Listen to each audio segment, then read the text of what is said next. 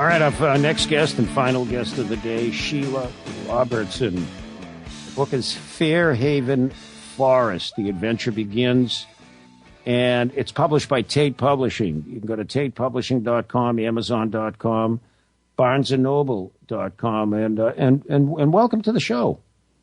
Well, thank you for having me. Yeah, I love the book. Be perfect for my 3.5-year-old granddaughter.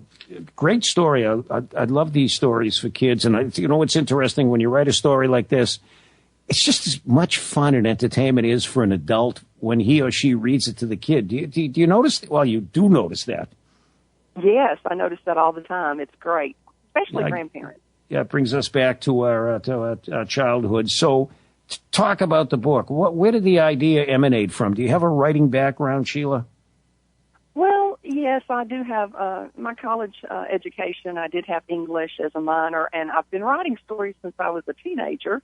But this story series is very particularly close to my heart because Fuzz and Spats, the kittens that star in Fairhaven Forest, are my cats.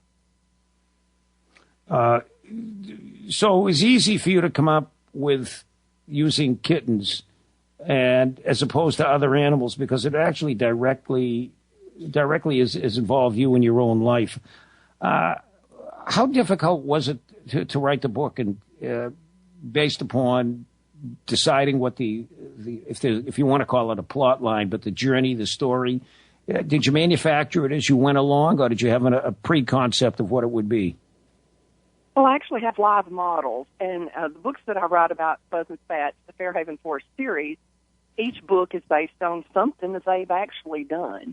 I live in Fairhaven Forest, which is a large patch of woods in southern Middle Tennessee, and I watch and observe the woodland animals all the time, and so my imagination just takes place, and I look at what they do, and there go the stories from there. Each story actually teaches a moral lesson, too. Yeah, that's what I was going to ask you, to give an overview of the story and the moral lessons that are in the book.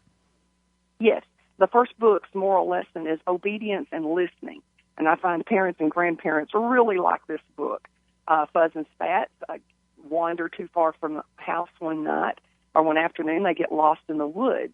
They ask all sorts of animals how to get back to the big white house in the woods, and the animals tell them how to return home, but they don't listen, and they don't obey the directions they're giving, and that way they end up spending the entire night in the forest, scared and alone. Sounds familiar. I don't know about the forest, but I do know about kids and grandkids. It's an old story. It is. Have you gotten feedback from... I don't know if I gave you a chance to talk about the other morals in here. One of them is obviously to listen. Are there any other messages? The second book is on fear and runaway imagination. The third book's on responsibility. And the fourth book that's in illustration right now at Tate Publishing is treating everyone the same. All right. Love it. What is the age demographic? Whom are all the books targeted to?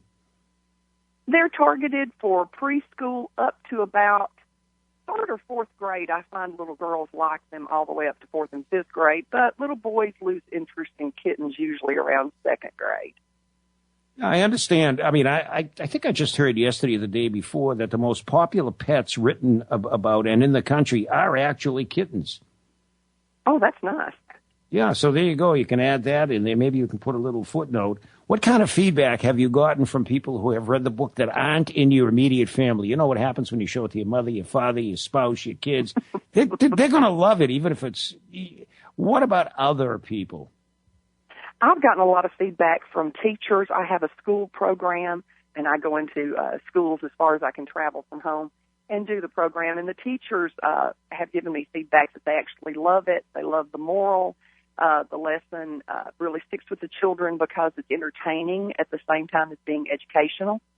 So I've got some really good feedback, actually nationwide, but particularly in Tennessee. Oh, that's great. Who did this great artwork? Oh, my goodness. The first book's illustrator was Liz Holt. She's no longer with Tate, but she has a large position with Hobby Lobby now. The second and third book were by a different illustrator also at Tate that copied Liz Holt's style, but she's an award-winning illustrationist. She's great. What advice do you have for aspiring writers out there? Because I guess I can put you in the category of a veteran, someone who's been there, someone who continues to do it and has accumulated a lot of experience. You got some advice? Never give up. You just keep plugging and keep plugging. I started writing when there was no internet. I'm giving my age away a little bit, but it was hard to get a publisher to look at your product back then. Now it's much easier with the internet. Just keep researching, keep studying, keep writing. I've actually have a screenplay that goes with this series, and I have a producer looking at it right now. So, dreams do come true. Just keep plugging. Yeah, I like what you're saying, and I don't mean to veer away from the interview a little bit, but you can use your book as a vehicle to create other opportunities that you may never expect, right? That is correct. All right, I'd love to see the fact that you're doing it. Does this rank amongst the most rewarding experiences that you've ever been involved in? And not so much for you. I mean, people write books for various reasons: catharsis, power, money. Don't write a book just for money, but a lot of them write it in the sense and the hope of helping and educating other people. How would you rate this on your list of successful experiences in your life? Oh, it's right up there at the very top. It is a joy to watch children laugh and watch them learn from something that you write. I've written other things also for adults too, so it's very rewarding to see something that you can put on paper that affects someone else's life in a positive way. How long did it take you to complete the book? I write my children's books in about an hour. It's like a movie in my head, and I just sit and start writing and laughing, and sometimes I cry when I'm writing them, but it's just like watching a movie, and I write the plot down as I go. It takes about an hour, to be honest with you. Wow. Do the books you read for leisure and pleasure influence your own writing? Oh, yes. I love to read. All right. Any closing comments you'd like to make as the clock winds down? Well, I'm just very excited about the whole series. I'd like to invite people to check out the 24 free stories that I have online about fuzz and spats that introduce them, fairhavenforest.blogspot.com. All right, Sheila Robertson, thanks for the uplifting, inspiring interview. The book is Fairhaven Forest.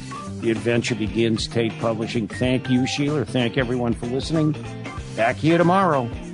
Thank you.